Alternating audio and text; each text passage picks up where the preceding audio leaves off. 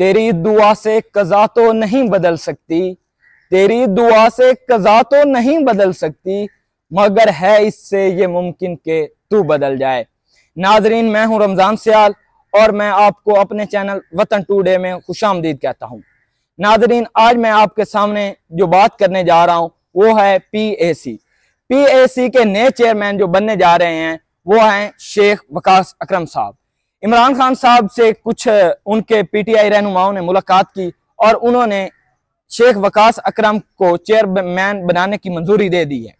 अब मैं आपको इसमें एक इंटरेस्टिंग फैक्ट बताने जा रहा हूं। वो क्या है? वो ये है कि इमरान खान साहब हैं वो जल्दी किसी से इंप्रेस हो जाते हैं। जैसे कि वो बाजवा के बारे में बड़े इंप्रेस थे कि वो एक बड़ा मुखलिस है, हम मिलकर पाकिस्तान की माइशत को आगे लेकर चलेंगे, लेकिन उन्होंने उसे धोखा दे दिया। इसी तरह अगर मैं आपको बताऊं तो इमरान खान साहब ने और भी काफी मिस्टेक्स की हैं। अब वो आपको ये बताते चले महमूद खान अचकजई और इमरान खान के आपस में कितने इख्तलाफात थे आपके सामने हैं, लेकिन जब उन्होंने रियासती इदारों के खिलाफ बयान दिया तो उन्होंने महमूद खान अचकजई को सदर का उम्मीदवार नामजद कर दिया।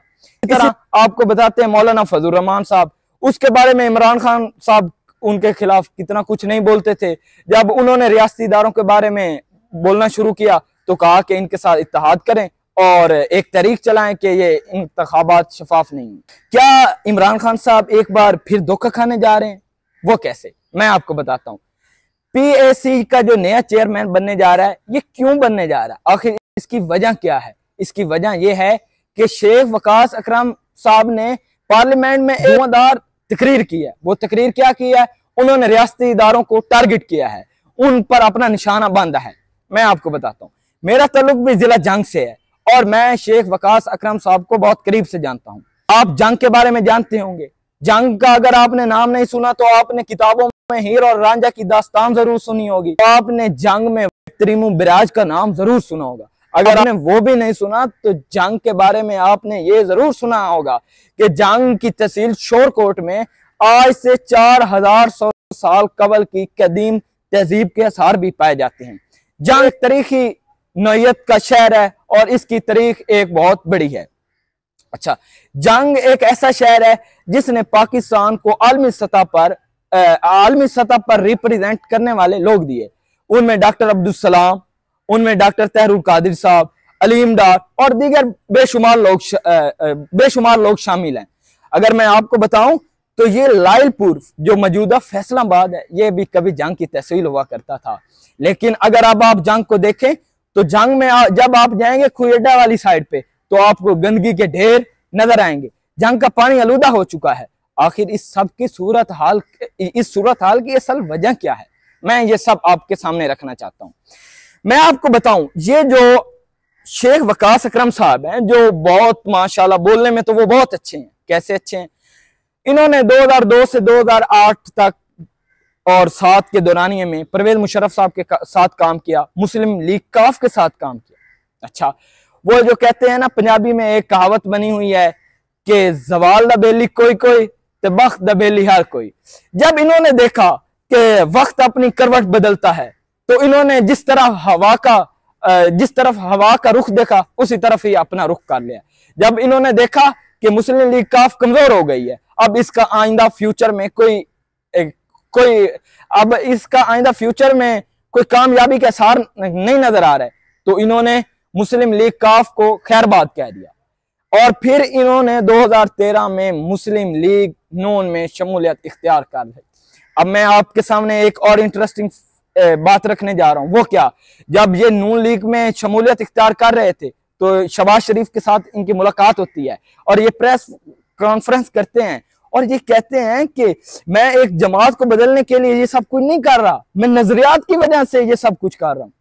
अब इसी नजरिए को आपने याद रखना है। मैं इसमें आगे आपको प्रूफ दूंगा कि इनका नजरिया क्या था उस वक्त, क्योंकि नून लीग पर अरूज था तो इसलिए इन्होंने ये सब कुछ किया।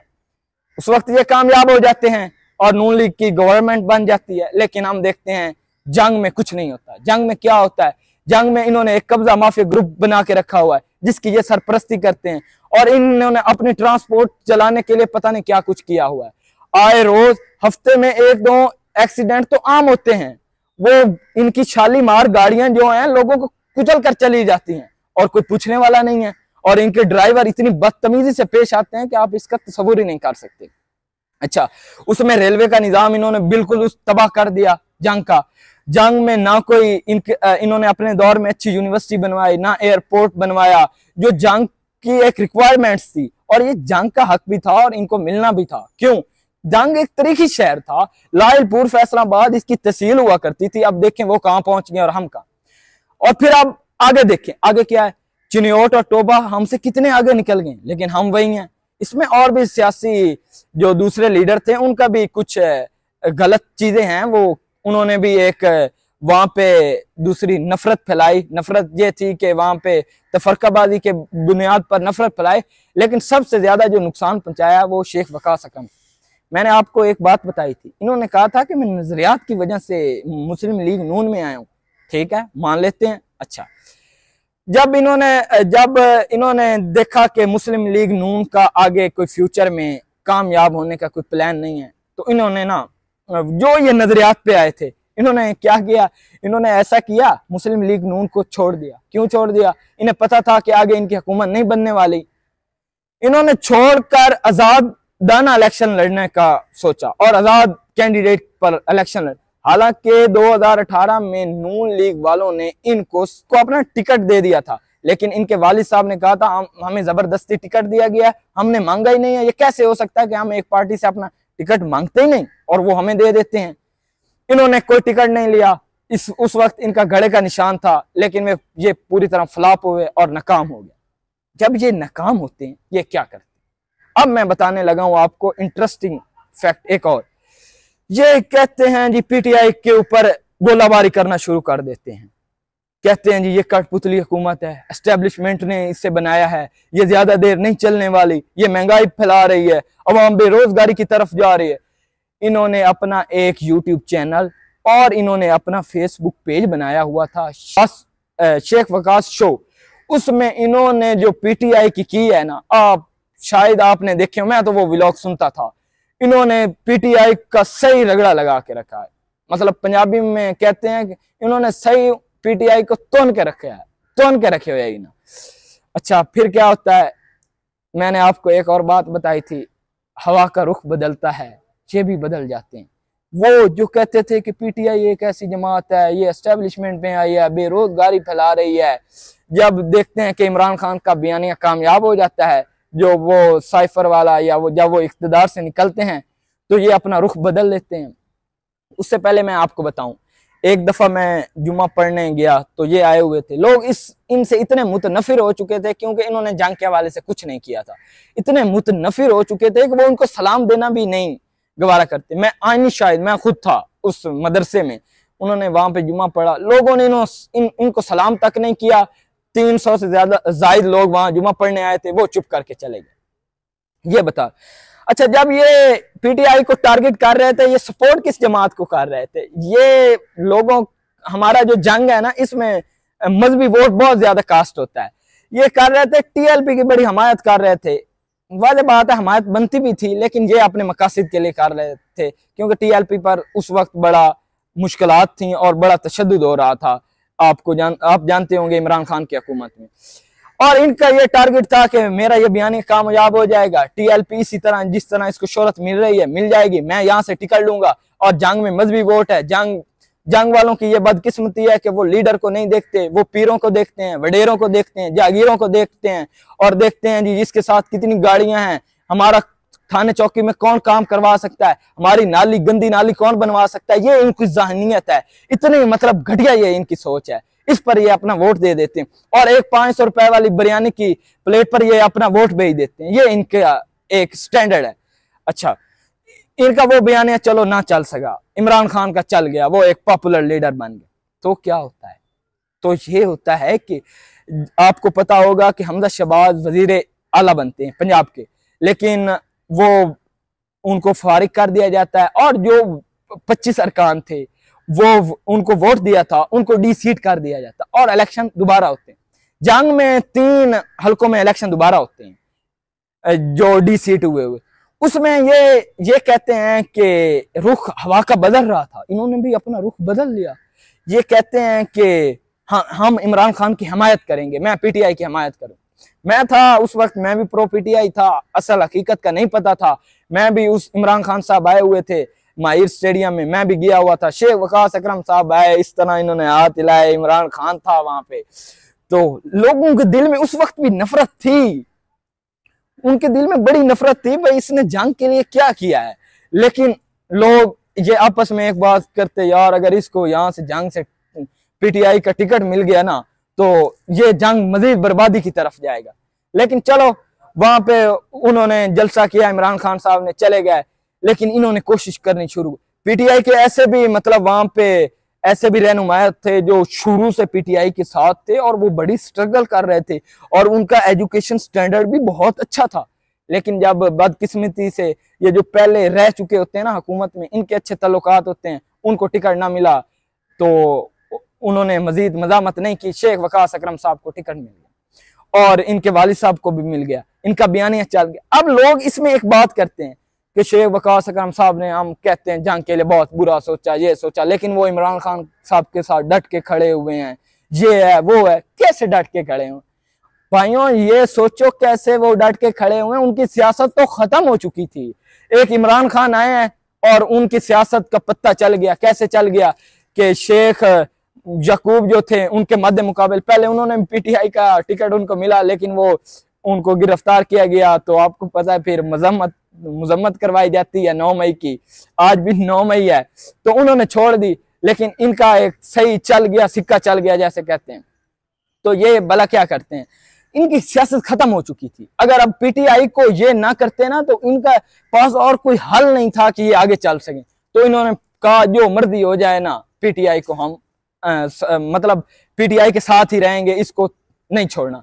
ये खैबर पख्तूनख्वा में जाते हैं, वहां पनाह ले लेते हैं। 9 मई का वाकया होता है, ये कहते हैं जी किरची किरची कर दो, रियासती इदारों में ये कर दो, अवाम को उकसाते हैं। उस पर इन पर मुकदमात दर्ज होते हैं, पुलिस और दीगर इदारे इनकी जो महल्लात हैं, जो जंग में अगर देखें आपको एक सड़क आपको काम की नहीं मिलेगी, लेकिन इनके महल्लात आप देखें तो आप देखेंगी आप कहेंगे कि ये पता नहीं क्या एग्जीबिशन बनाई हुई है, पता नहीं क्या चीज है पुराने वक्तों की। इनने अपने महल्लात बनाए हुए हैं, तो इन्होंने अपने आप को कायम रखने के लिए भाई हम एक सियासत में रहें, एग्जिस्ट करें, तो इन्होंने अपने कारोबार, कुछ इनको नुकसान हुआ, अवाम जो देखती है भाई इन्होंने कारोबार का नुकसान हुआ है लेकिन पीटीआई के साथ रहे, लेकिन इन्होंने अपनी सियासत बचाई है। अच्छा, ये आ जाते हैं पीटीआई में 1 लाख की लीड से। जो बंदा एक बार बिल्कुल फारिग हो चुका था, उसका कोई सियासी कैरियर बाकी बचा ही नहीं था, वो अब कामयाब हो जाता है। जाहिर बात है फिर वो सपोर्ट तो करेगा पीटीआई को। आते हैं, सामने आते हैं, खैबर पख्तूनख्वा से अपनी वहां के हाई कोर्ट से अपनी बेल लेते हैं, तो ये कहते हैं हम इमरान खान के साथ रहेंगे, ये वो। लेकिन इन जब ये कामयाब हो जाते, मैं आपको बताता हूँ, हमारे हल्का जो था, हमारा गांव का इलाका है ना, वो इनके ही एरिया में आता था, इनके भी हल्के में आता था। और मेरा भाई जो था वो इनकी कैंपेन भी कर रहा था, इनका सपोर्टर भी था।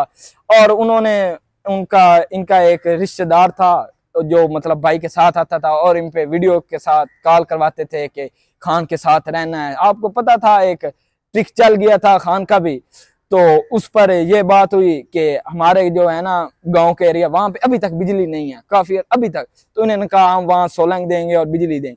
लेकिन जब ये मैं ये नहीं कह रहा कि मैं उस वक्त इनके साथ नहीं था, मैंने भाई को कहा कि इसका एक बैकग्राउंड देखें, इसने कोई जंग के लिए नहीं सोचा तो आप सपोर्ट ना करें। लेकिन उनका अपना नजरिया था, उन्होंने किया, हमारे रिश्तेदारों ने भी किया, कामयाब तो शेख वकास अकरम साहब हो गए।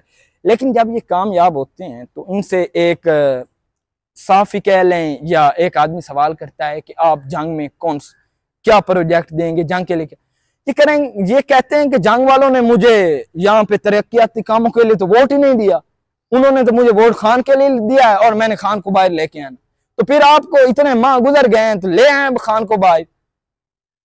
ऐसे फजूल बातें ना, अवाम को बेवकूफ ना बनाएं, ये फजूल बातें करके बाहर ले आएंगे, ये करेंगे। आपने पहले ना कोई काम करवाया ना आप करना है। लेकिन हमारी अवाम क्या देखेगी, ये इमरान खान के साथ खड़ा रहा है और फिर एक बार जंग 5 साल मजीद पीछे चला जाएगा, मजीद बर्बादी हो जाएगी इसकी। और वहां पर जो खुई अड्डा के पास एक बहुत बड़ा एरिया फैक्ट्री जोन के लिए उससे ऑफिशियल बाकायदा तौर पर मंजूर करवा लिया गया था, उस पर काम नहीं शुरू हुआ, वहां पे गंदगी है, बदबू है, वो नहीं सोचना। बस खान को एक मतलब अपना इन्होंने बयानियां चलाना है कि अपनी सियासत को बरकरार रखें। लेकिन मुझे इनसे एक और उम्मीद भी नहीं है कि ये खान के साथ भी मुखलिस रहेंगे। कल रुख बदलता है, ये फिर बदल जाएंगे। लेकिन जो शुरू में मैंने शेर पढ़ा है कि जो हो गया था वो हो गया है, लेकिन अगर आप मजीद अपने आप को अब बदल लें, ये अल्लामा इकबाल साहब का शेर था, अब बदल लें, चलो जो हो गया माजी था वो हो गया, अपने आप को अब बदल लें। लेकिन मुझे लगता है ऐसा नहीं है। इमरान खान साहब को एक बार मजीद धोखा मिलने वाला है, और ये सारी सिचुएशन मैंने आपके सामने रखी है, और आइंदा शायद ये भी पीटीआई को धोखा मिलने वाला है, लेकिन शायद ना भी मिले, अल्लामा इकबाल का ये शेर सच्चा हो जाए। तो मैं आपको ये बता रहा हूँ कि अपने शहर के हवाले से कुछ सोचें। हमारा शहर जो एक जिसमें तहसीलें थी वो हमसे आगे चली गई, जो हमारी तहसील थी वो डिवीजन बन गई, लेकिन हमारा शहर वहीं कायम दायम है। तो आज भी मैं अपने दोस्तों को देखता हूँ जहाँ के स्टेटस पे बड़ा सपोर्ट कर रहे होते हैं, जी शेख वकास अकरम ने ये बोला, और भाइयों उन्होंने पीटीआई को भी इसी तरह क्रिटिसाइज किया था, यही बोला था, इसी तरह बोलते थे, बोलने का उनके पास हुनर है, मान लिया है, वो इसी तरह क्रिटिसाइज करते थे, बहुत ज्यादा उन्होंने किया है। लेकिन देखिए हकीकत क्या है, हकीकत की तरफ आए। तो उम्मीद है आपको मेरी वीडियो पसंद आई होगी। तो इंशाल्लाह मिलते हैं किसी और वीडियो के साथ। अल्लाह हाफिज, मुझे दें आप इजाजत।